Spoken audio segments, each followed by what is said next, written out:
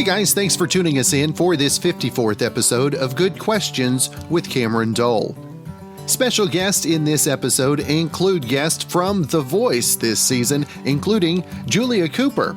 We'll also visit with John Holliday, Tanner Gomes, and Chloe Hogan from this season of The Voice.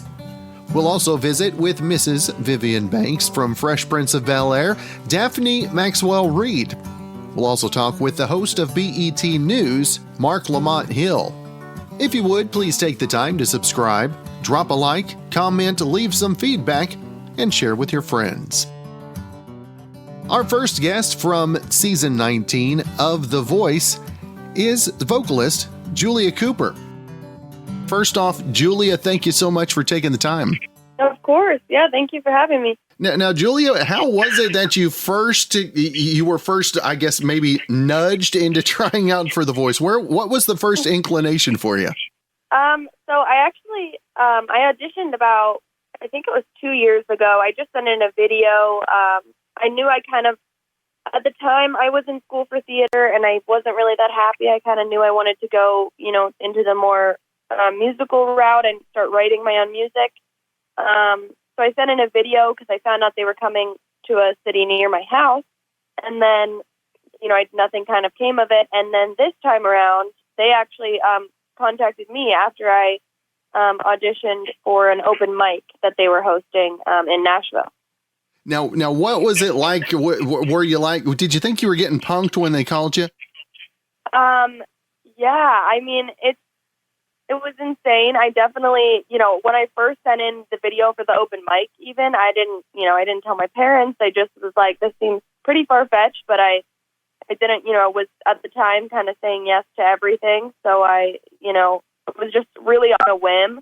And just slowly but surely things kind of started to fall into place. So it was really crazy to have them kind of coming back and forth, talking to me about season 19. Now the blind audition, what was that like? How do you mentally prepare yourself, and did any of the mental preparation help you, I guess is the question. I don't think it is, like, you can prepare, but really once you're there, it's, you're on the stage you've seen a million times in front of these, coaches, and it's something that it's such a whirlwind that I don't know if you can necessarily prepare too much. I did definitely tell myself, like, I'm just going to look above the coaches and hope that, they turn around. But I didn't want to kind of make a big deal about it if they did, because I knew I'd kind of freak out. So that helped, I think. Now, what has been maybe the best thing for you so far this season, and maybe what has been the biggest challenge for you to get adjusted to? I would say probably the biggest challenge is the amount of time. Well, because of COVID, we were spending a lot of time in our hotel room. That's something to kind of get adjusted to. I'm a very active person, and we were all kind of doing it at home, but I was with my family. When we were all quarantining, so it gets a little lonely sometimes. I wish I could be seeing a little more of LA, but that's just what has to happen now in these times. But I think there's also some great things that have come from COVID. I think there's a lot to be said for having this time of reflection during, a period where your life kind of changing completely. So I think there's some pros and cons to it, but yeah. Now, as being in Nashville, usually I would say living in Nashville helps because you get to be out and about playing more often. But what's been the challenge being in Music City, USA this year when there's not so much music around? Well, I went to school in Nashville, and once it was like March, once the pandemic hit, I was actually lucky enough to go home because school kind of was shut down for almost 2 weeks, 3 weeks, and then I finished my year in Ohio. I just, money for kind of like financial reasons, I just thought it was like better to go home and stay with my parents, and like you said, there was not anything going on in Nashville at the time. So I haven't really experienced, sadly, I haven't been back since. I miss Nashville a lot, but. Now, how much has being around Nashville inspired your will or your wish for the dream of music as well?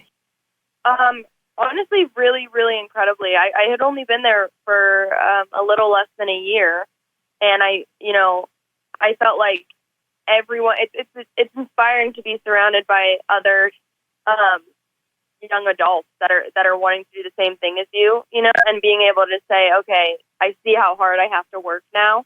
I think there's, Nashville, especially from where I came from, you're a small fish in a giant pond in Nashville, but I think that makes you work harder. So, it really inspired me to, like I said, right before I auditioned for that open mic, I had a meeting with someone that said, you have to just say yes to everything.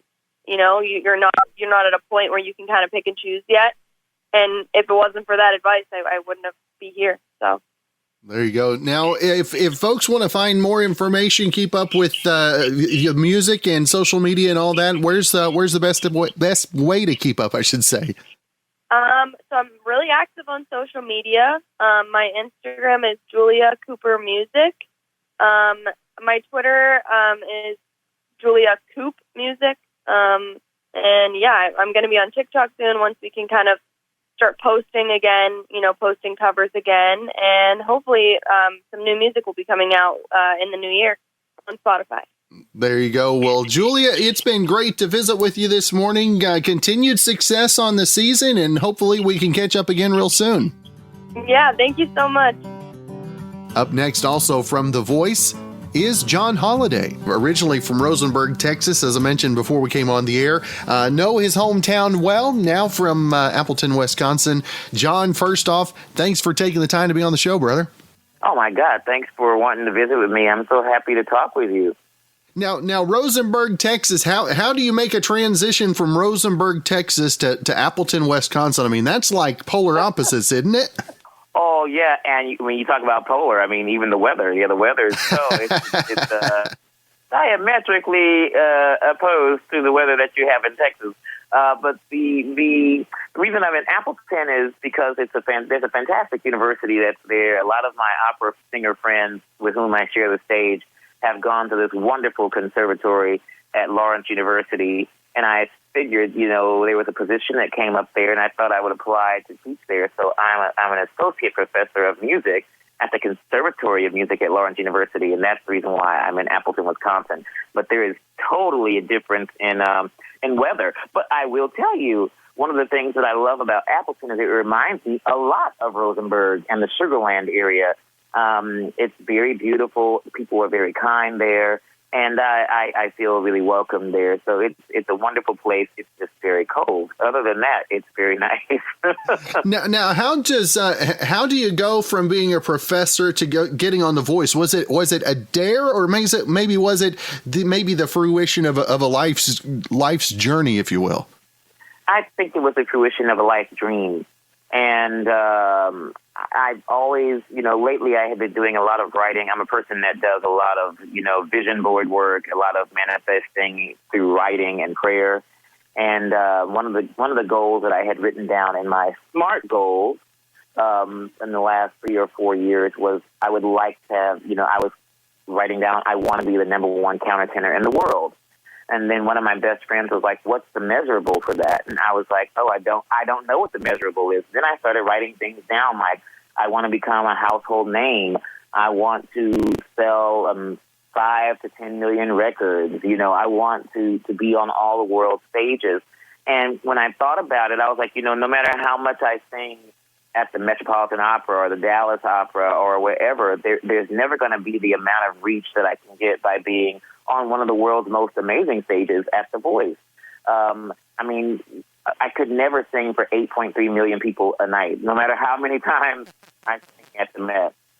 So being able to do that through the show was a dream. And not just to do that, but because I love people and I love connecting with people, it was a way for me to get connected and stay connected, especially during the pandemic, and to remind people of the good that is within us, and to remind people of the fact that there is hope on the other side of this, and there is still joy. And so I wanted to be able to do that. So even if for 5 or 10 minutes while I'm on the TV, if I can make someone forget about their grief or to forget about, their heartache or the things that are going on that bring woe and all the strife, and remind them that there is still good, there is still hope, there is still love and joy, then I have done my job. And I'm able to do that with this show. So that's one of the reasons why I decided to do it.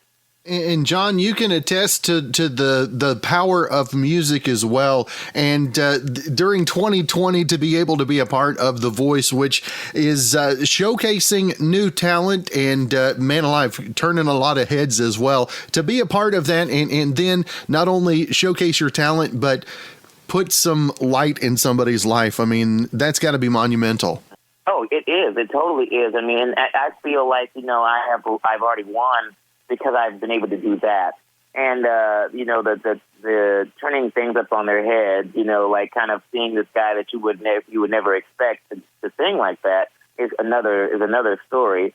But being able to really share, I mean, that's really what I want to do, Cameron, is I really want to be able to share every single thing that I can with people. I want to give my all, and I know that that's something I'm able to do with this show. I've had so many people to reach out to me, brand new people, which is also another thing. This is how I know that this show's a big deal, by all the messages that I'm receiving. I'm receiving messages from LGBTQIA youth. I'm receiving messages from young girls and boys of color, teenagers of color, and just saying how inspired they are. And I would have never had that, or at least not on a big level like I have right now, doing the same thing I had been doing before. So it's an opportunity for me to stretch myself.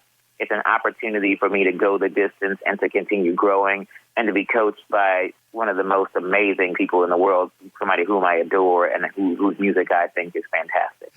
And for you to be able to, it's actually, I think it's extra strong whenever you step up and talk about, in spite of all of the craziness, all the drama that you've had to endure in your life, to say that there's genuinely good in people. That's a story that never gets old, right? Oh, it never does. And, I was talking about this yesterday with a dear friend of mine, who's like a brother to me. I was like, if I can just remind people, no matter what side of the aisle you sit on, no matter if you're gay, straight, or if you're cisgendered or transgender, or if you have lots of money or no money or in between, that we are actually all much more alike than we are different. And the more that we can make people understand that, I think the better world we'll live in. What I do know for sure is that everyone, no matter who you are, we are all just trying to be loved. We are all just trying to be seen and affirmed. And for someone to say that I get you, and not only for them to say that I get you, but I get you, I see you, I hear you, and I love you. And so I'm so thankful for the fact that I get to have that on a big platform, and I get to remind people that we certainly have much more of that than we do divisiveness in the world. And so, and of course, we can see that right now, it just in the way that things are, but I choose to focus on the love. There you go. And again, John, if folks want to keep up with more of you as you go through The Voice this season, social media wise, where can folks keep up with that? All of my social media is pretty streamlined. So if you look up Twitter, Instagram, and Facebook, you'll find me under the handle John Holiday Live. That's where you will find me. And I hope that you all follow me out there, you guys. I need you. That's where I'm so active. You will find all kinds of wonderful stuff on my social media. And also you can look me up on my website. It's johnholiday.com. All right. Well, John, it has been great to visit with you this morning. Continued success on the season, and hopefully we can catch up again real soon. Cameron, thank you so much for having me, and it's a joy. You keep on doing what you're doing. Stay safe and take care of yourself. Our next guest on this 54th episode from The Voice is Tanner Gomes. First off, Tanner, thank you so much for taking the time to be on the show. Of course. Thank you so much for having me. I'm on Oklahoma. What the heck? It only took the voice, right? That's all, yeah. Now, Tanner, what has being on The Voice just so far meant to you, especially in spite of what 2020 has been for all of us? I mean, can't even explain. It's just so rewarding in so many different ways. You know, my hometown, just being able to give them something to be excited about, just my family, giving my family something to just, nothing really exciting or you know, something like this at all has happened to my family. So giving them something, especially during a time where, you know, the world is just different because of COVID, just being able to give them something to look forward to every week it's been so rewarding. It's so cool. You know, I feel super fortunate and blessed. So. Now, you talked about the hometown, Yuma, Arizona for you, and now, well, I'm not sure as of COVID whether still in Nashville, but what was the trek from Yuma to Nashville like for you? Well, I wasn't used to. There's a few things that I had to learn. So, first of all, I learned what humidity was like. I had to learn that there's bugs bigger than mosquitoes that exist. But yeah, it's you know, it was much needed, and just moving out to Nashville, I just loaded up the car, threw the Husky in the car, and whatever I could fit in my little sedan, and just drove off to Nashville, and found some guys on Facebook and moved in with them. It was pretty cool. It's been working out ever since. And Nashville's awesome. I love it. It's a fun town, that's for sure. Now how long have you been in Nashville now, Tanner? I've been in Nashville for a year and a half, a little over a year and a half. I'm going on 2 years right now. So, you know, just got there. I was still a full-time student. I decided to take online classes and started doing ballet at the Hutton Hotel downtown, and just I would do that and just try to mingle, try to connect with people all over Nashville, try to and book gigs, you know. And that was just my life for about a year and a half, and then COVID hit. So, you know, I was getting this opportunity definitely changed the way of the life, especially when COVID hit. I was like, oh crap, what am I going to do? So, you know, I'm just very fortunate. There's a lot of musicians. I mean, most musicians right now can't do anything. So, just to be able to literally make huge steps in my career during such a hard time the world's going through is really, really great. I'm just super lucky.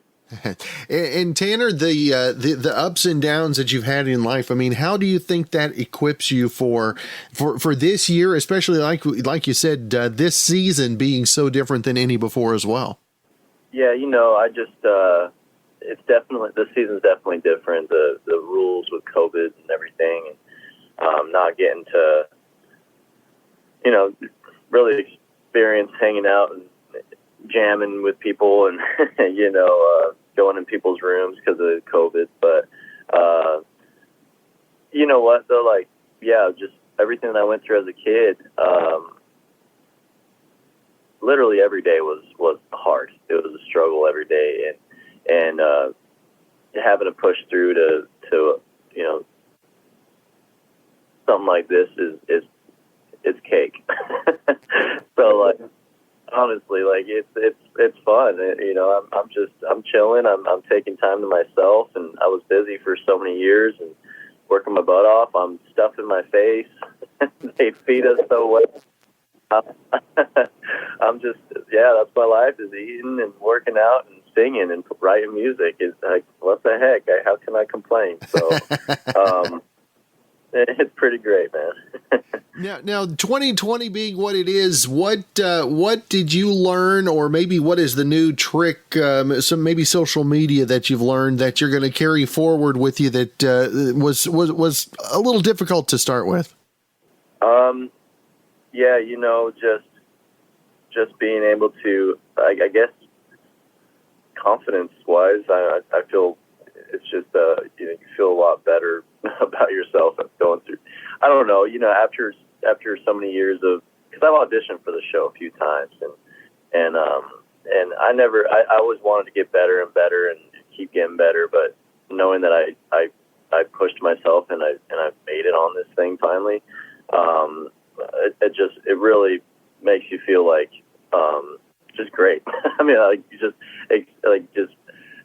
like your work has paid off, and it's very rewarding. Like, I don't even know how to explain. I don't even know what's going on. I don't even know why. Like, every day I look in the mirror and I'm like every now and then I'll just start dancing in the mirror, because I'm like, what is happening? Why are you like, what is this seeing you? But I've never been the most confident or confident person. So like, it feels, it definitely makes you feel better as a musician. There's a lot of, there's a lot of times you play for empty bars and stuff like that. And it's just really rewarding being here and being able to share my story, and the fact that people actually want to listen, and like all the people that have reached out to me relating to my story, and parents with addict parents, and just, it's so cool, just the things that people are reaching out and telling me. I love it. It's really good. Awesome. That's good stuff. Now, if folks want to give you a follow social media wise, Tanner, what's where can folks find you? So Tanner Gomes Music is my Instagram and Twitter, and then just Tanner Gomes on Facebook. And I have a TikTok, but it's not that great. That now you got goals to set for yourself, right? That's right. My next goal is TikTok. There you go. Well, Tanner, it's been great to visit with you today. Continued success on the season, and hopefully we can catch up again real soon. Yeah, hopefully. Thank you so much. And our last guest today from The Voice is Chloe Hogan. First off, Chloe, thank you so much for taking the time. Thank you so much, Cameron. It is an absolute pleasure to be here. And what has this season on The Voice meant for you? And has it met and surpassed any expectations that you had coming in? Oh my! Well, I will say that I've never thought that I would be able to be on this kind of show. It just felt like one of those dreams in my life that was, if it happens, great, and if it doesn't happen, I'll still keep on doing music. But I'm so glad that I've gotten this opportunity to be on the show, and especially at this point in time, because we need this music so much right now. And we need that love and peace and that refreshment for everyone, for us, for the musicians, because we just want another opportunity to make music again, but also for people who listen to music. Like, everybody needs that breather. Everybody needs to be able to breathe, find somewhere to get fresh air.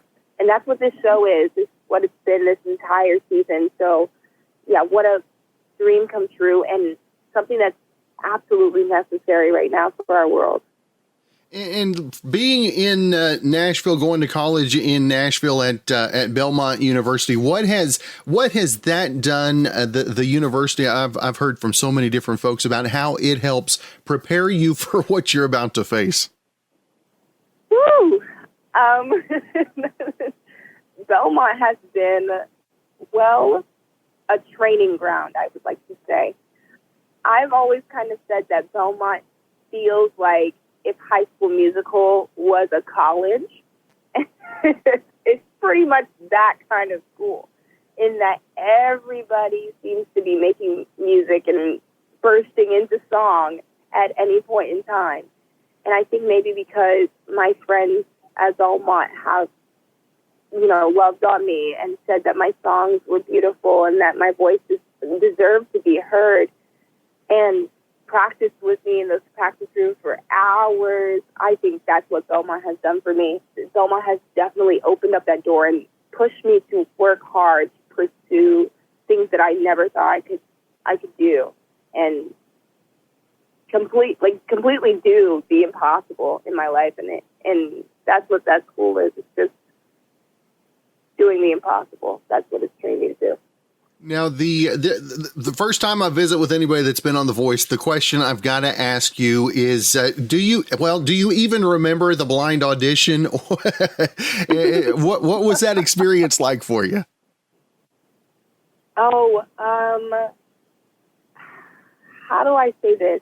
It was so quiet. It was silent. I remember being there, but it was such an out-of-body experience, and I'm sure I'm not the only one that felt that. But especially when Gwen turned her chair, it was like the whole room was, like you could hear a pin drop. There was nothing else that I heard in my world. I was just like, oh my gosh, Gwen Stefani just turned her chair, okay? Okay. Keep singing. Yes, you're on stage. Keep going, girl. You got it. Okay. And then the music popped right back into my ears like a heavenly chorus. I was like, okay. But we finished the song. That was good. And it didn't look like on TV to me that there was any of those wheels turning in my head and any of that malfunctioning that was going on. But, oh my gosh, was the room absolutely electric with energy, and then just pin drop quiet for a second. So, whew. And what's it like now performing without the crowd, without the live studio audience? I mean, I know there's still the electricity. I mean, how do you explain that electricity with nobody but basically the judges there? I think the best way to say it is that you have to create the energy within you. As performers, most of the time we live off of, I know I do, I live off the energy of others. I'm such an extrovert when it comes to my music. So if I see someone vibing, or if I feel when I walk into the room that someone needs a certain feeling, or needs love, or needs peace, or needs just to have a little bit of fun, I try to vibe off of that. But knowing what we just need and what I personally need, and knowing that that can be a universal thing that someone else may need, is what I walk into the room with now. Being that as it may, there's not that physical presence of people, but you can feel people's hearts and souls that are like literally watching this show and tuning in and just needing something to refresh them. And sometimes it's just about healing. So I try to bring that energy every single time to a performance, just being loving and kind and honest on the stage, and just keeping that energy that I have to bring for myself. So definitely I think we all, as musicians, have to work 10 times harder because nobody else is in the room. Just us and the coaches. So, yeah. Now 2020 being what it is, it seems like anybody that does any music whatsoever has done the live stream or a Facebook takeover or whatever. What has been the teaching experience? I guess I'm not going to ask you what the bad experience was, but usually it is the bad experience that you learn from, right? Oh yeah, there are good and bad, especially when we're all learning a new thing. You'd be surprised how many of us musicians have no idea how to work live streams and technology at all. But we're learning and getting better. And I think the best thing that I could say from those performances is that you can still feel, and I always talk about this maybe because it matters so much to me and it's shown up so much in my life, but you can feel people's love and kindness, and you can see how many people have just come together during this time because we're all going through this together. You can feel it through a screen. And I know it seems very impersonal most of the time, that it's like, I'm talking to you through a screen.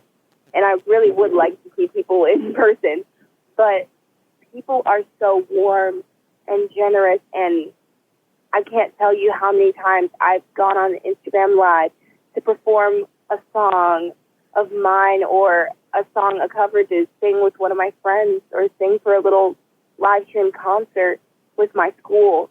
but it's always been an uplifting experience because you can feel that everybody is just here together, just wanting to listen to good music. And that's the best experience about these live streams, is that even though they're not there in person, you can still feel the goodness of people all around you. And it makes me love what I do all the more. So. That's awesome. And Chloe, if folks want to keep up with how the season's progressing and everything else via social media, where's the best place for folks to land? Download the Voice app. What are you doing, crazy? You gotta download the app. Download the MVC The Voice app. This season, it looks orange in the App Store. Wherever you download your app, it looks orange. MVC The Voice app is there. You can also follow me on Instagram if you'd like, because I keep a good update of what's going on in the show. So I'm on Instagram at Chloe Hogan Music if you want to follow me there too. All right. Well, Chloe, it has been great to visit with you this morning. Continued success on the season, and hopefully we can catch up again real soon. Of course. It's been an honor, and it's been wonderful.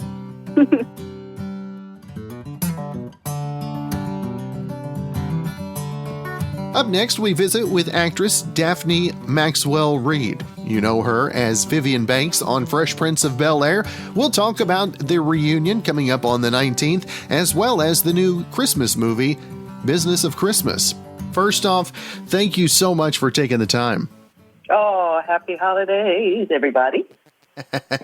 and I think, Daphne, this year, I think folks are trying to get into the holiday spirit a little sooner. I mean, we actually started decorating on November 1st this year. So how cool is it to have a new Christmas film out there for folks to check out? It's a delightful little film, and I have to compete with my husband, who has done about 4 or 5 Christmas movies, so I was really thrilled that I got to do one. And it's a great little story about a family who owns a toy store in the community, and it's a big part of the community, a vibrant addition to a community in which they're very much involved.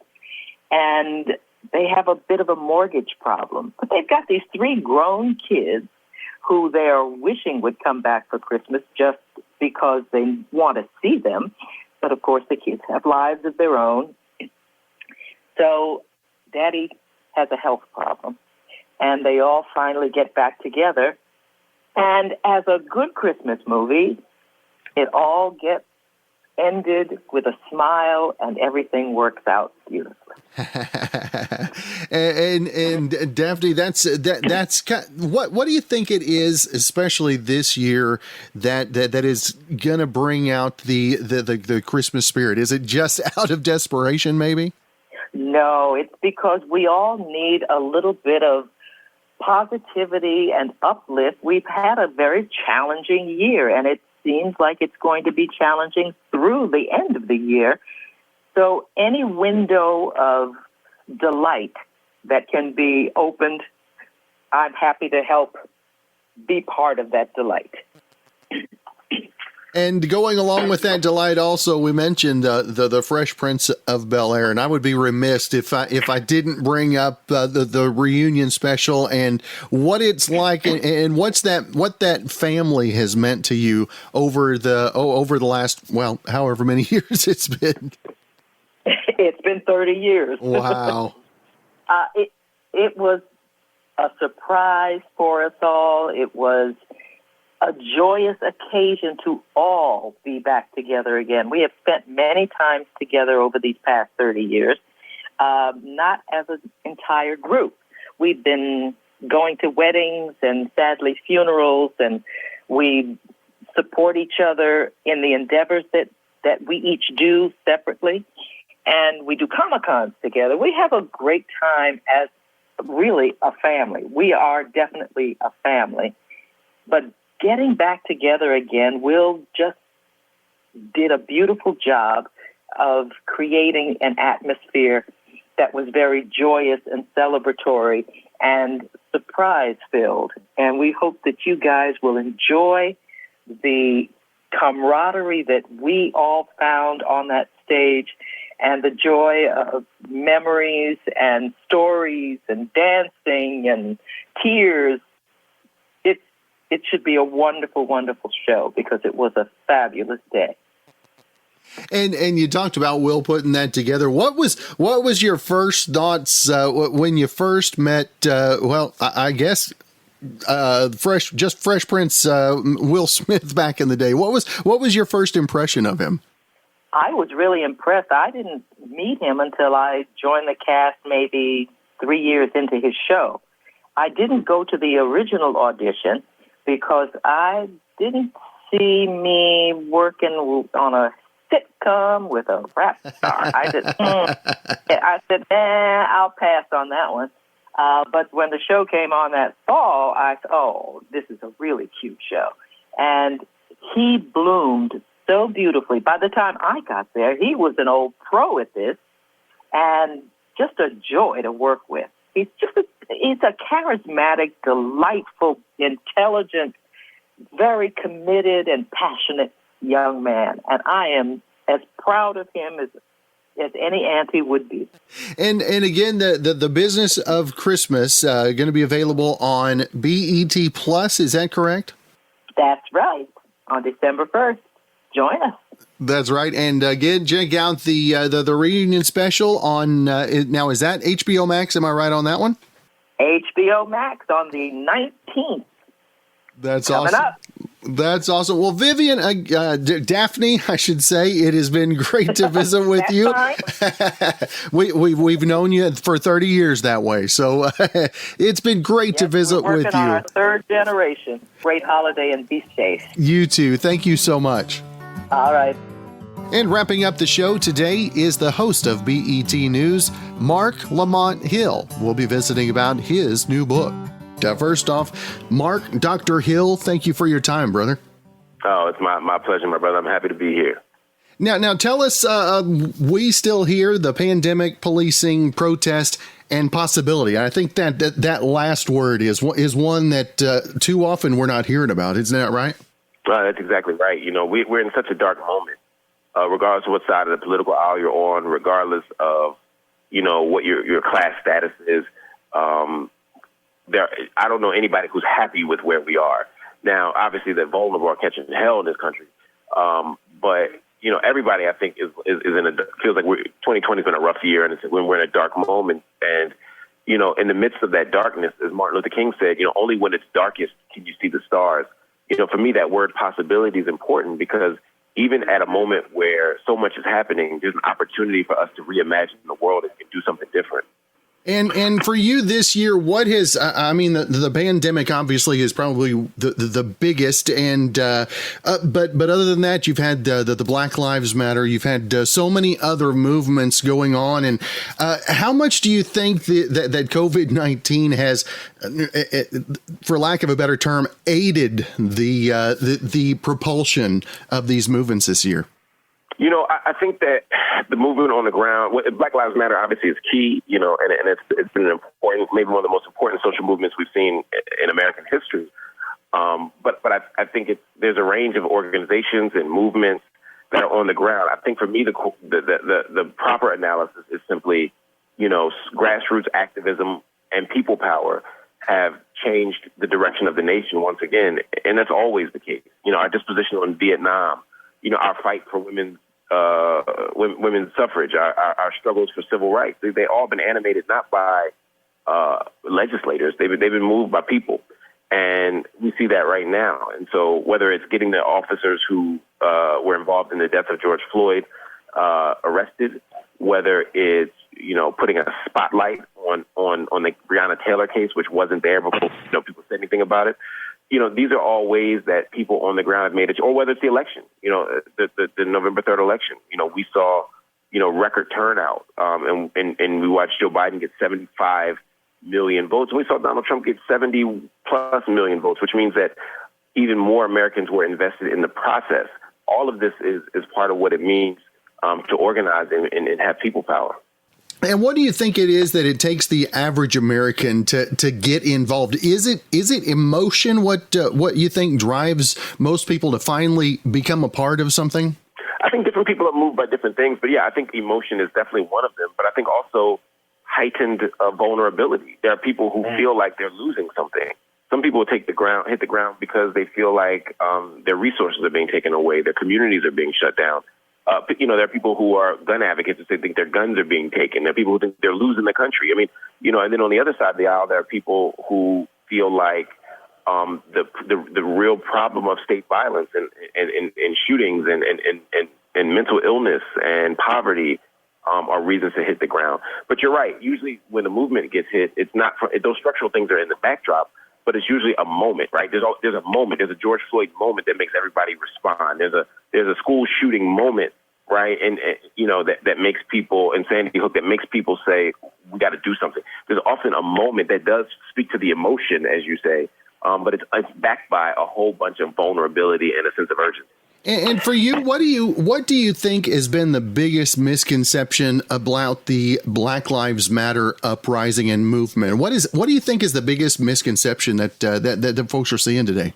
Well, I think there's two. I think one is that people feel like there's no policy component to it, right? That somehow this is just a bunch of yelling and it's not connected to an actual policy agenda. Whereas if you look at Black Lives Matter and the broader movement for Black Lives, there's a very clear set of goals, there's a set of requirements, there's a set of demands that are being asked that I think we have to really press on and think about, whether it's internet global policy or whether it's domestic policy, whether it's economic policy or whether it's criminal justice policy. I think people miss that. And then the other thing is they now take any movement, any black person on the ground that's protesting that says Black Lives Matter. So what happens is you find somebody that says something crazy or something violent or something anti-Semitic or something, sort of counter to our principles. And they say, look, that's a Black Lives Matter person. And the only evidence that they're Black Lives Matter is that they're black and that they're outside. And so I think, too often it's hard to separate these different movements and these different organizations. And again, the new book to talk about We Still Here, Pandemic, Policing, Protest, and Possibility. Marc Lamont Hill, I do want to make sure and let our listeners know where they can keep up, find out more information about the book, and also social media-wise, everywhere they can keep up with you there as well. Yeah, they can keep up with me at Marc Lamont Hill. My handle on all social media, Instagram, Twitter, Facebook is just Marc Lamont Hill. That's MarcLamontHill. And my website, marclamonthill.com, has info about the book. It has info about all my links, videos, projects, everything I'm working on. So they can keep up with me, and a whole lot of cool stuff is coming. There you go. Well, Marc, it has been great to visit with you this morning. I truly appreciate you taking some time out of your crazy schedule. Blessings the rest of the week, and hopefully we can catch up again real soon. Same to you, my friend. Thanks again for joining us for this 54th episode of Good Questions with Cameron Dole. If you ever have a comment, question, anything else you'd like to know, you can find me on Instagram, Twitter, and Facebook, all at GQwithCam. If you'd like to help out in the funding for this podcast, feel free to click the support tab and follow the instructions. If you have a special guest idea, go ahead and email me, gqwithcam@gmail.com. We'll be back with episode 55 coming up tomorrow.